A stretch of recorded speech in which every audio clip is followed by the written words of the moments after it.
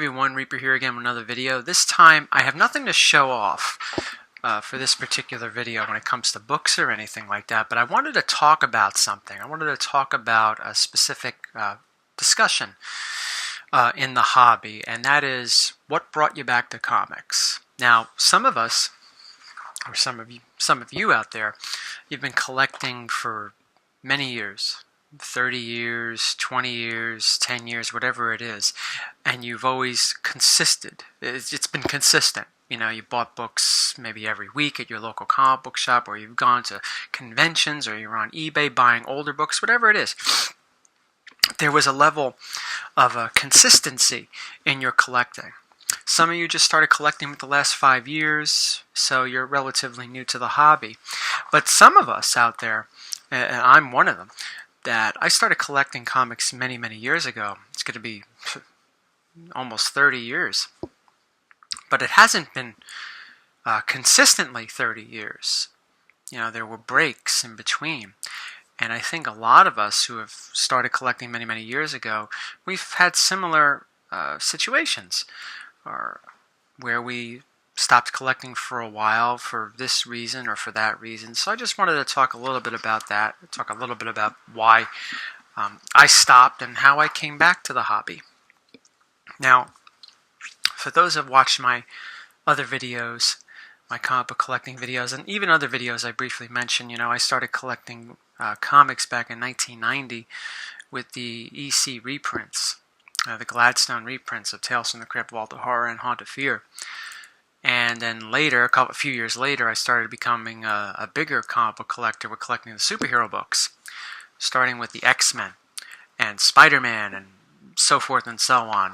The Marvel Masterpieces cards got me into superheroes, and the X-Men cartoon got me into superheroes and so forth. And that lasted for several years. But after a period of time, I stopped collecting. It wasn't that I didn't like collecting comic books anymore or anything like that. Just, you know, new things started happening. And I think I even alluded to this in other videos. You know, college started and things change. But also, I've noticed when it comes to, I've always liked to collect things.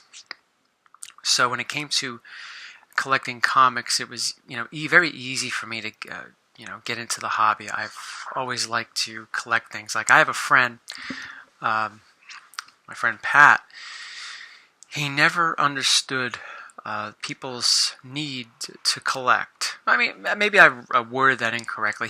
Let me just put it to you this way. He's never had the feeling that he needs to collect something. He needs to have this. He needs to have that. It's never been one of those things for him. But with me, I've always liked the idea of having something tangible, having a collectible, and so forth. And comic books are very collectible. But when I stopped collecting comics for a period of time, I was more into video games. Now, I wouldn't say I was collecting video games. I was just buying them. And it was a hobby, just like comic book collecting. And I've found, you know, over the course of my life, having two hobbies at once was sometimes difficult to maintain on top of everything else. On top of maybe going to school and having a personal life, on top of two hobbies, is difficult to maintain because there's only so many hours in the day and there's limited amount of money.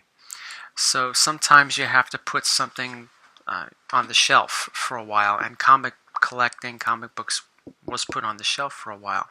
I was really into collecting or buying, back then at least, PlayStation 1 games. You know, PlayStation 1 was out, Nintendo 64, so I was really invested in that.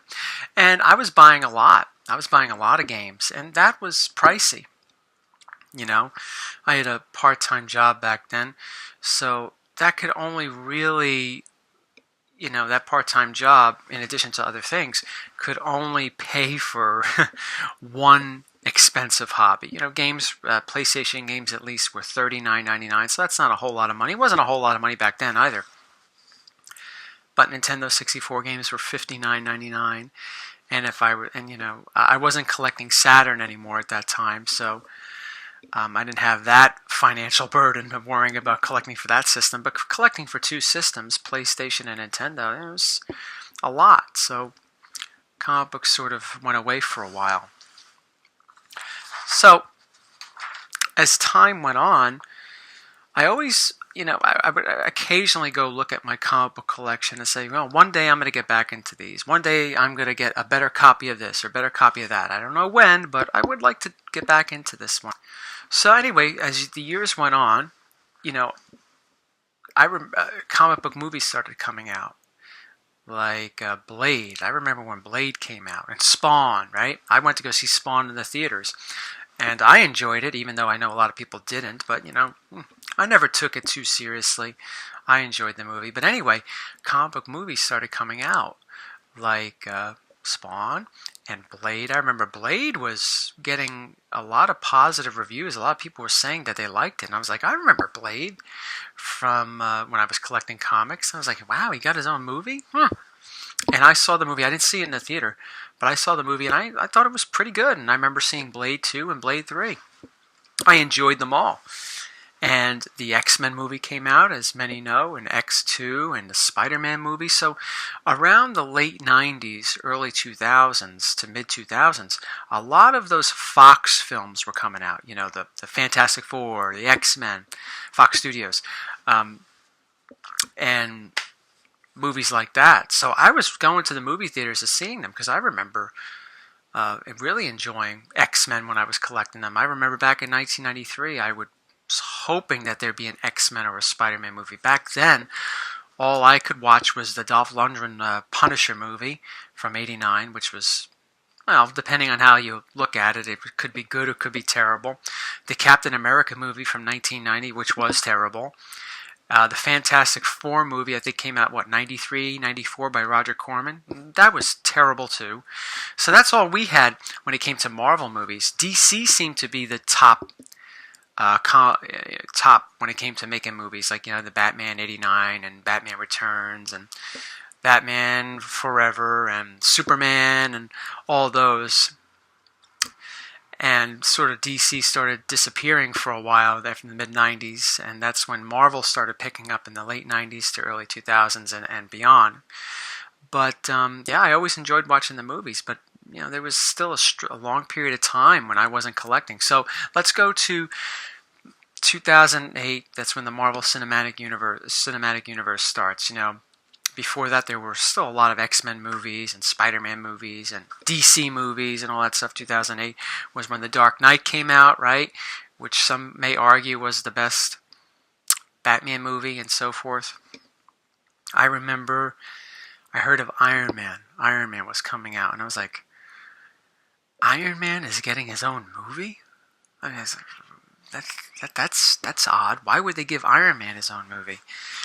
So anyway, I went to go see it in the theater with my wife, who was my girlfriend at the time, and we both enjoyed it. I was like, wow, I was very surprised.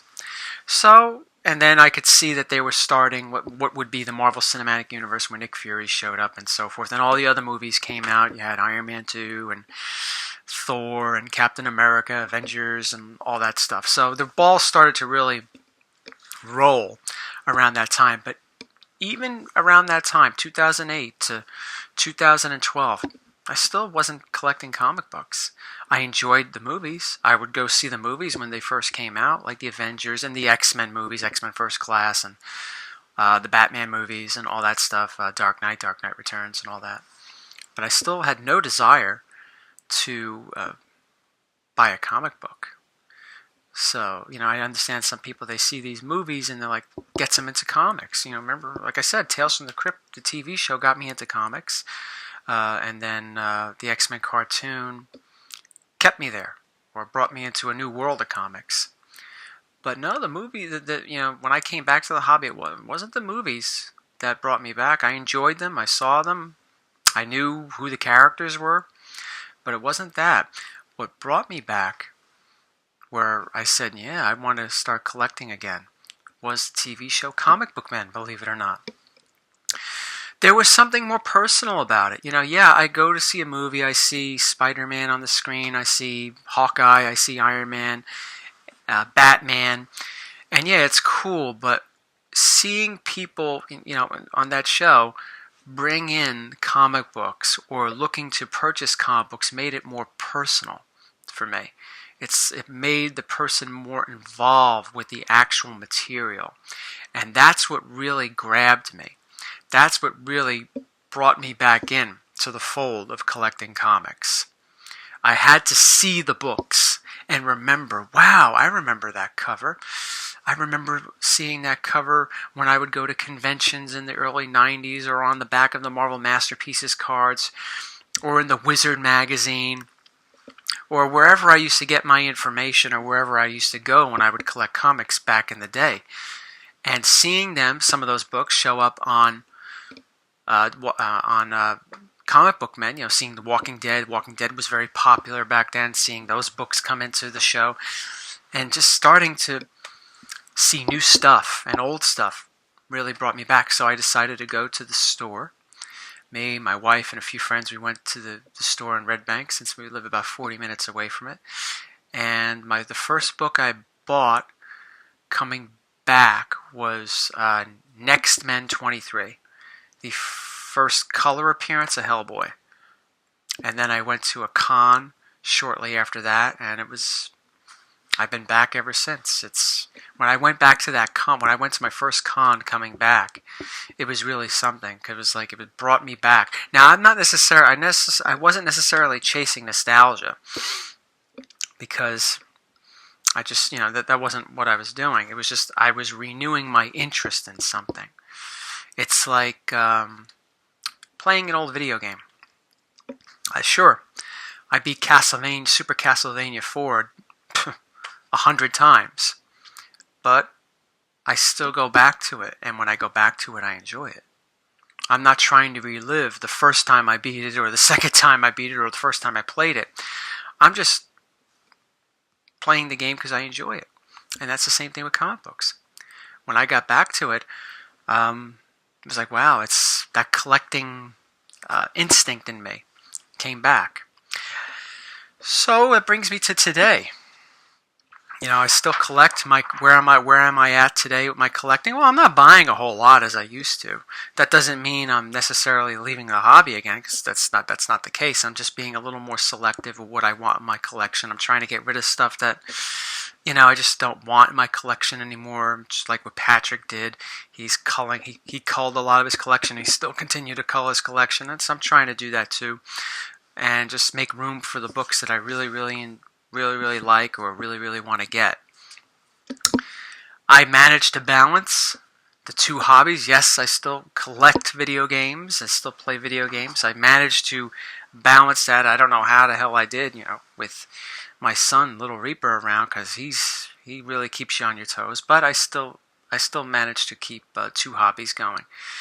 Sometimes I'll buy a few games and not buy comics, or sometimes I'll buy comics and not a few games, but I enjoy them both. They're still very much in my life and will be with me for the rest of my life. So I'm curious in the comments, how many of you had similar experiences, that you started collecting when you were younger, you left the hobby for a while, or you left a hobby? It doesn't necessarily have to be comic books. Maybe you too collected video games or vinyl records or something, baseball cards, or any cards for that matter. What made you stop, and what made you come back? It'd be very interesting to hear. Thank you all for watching, and talk to you soon. Take care.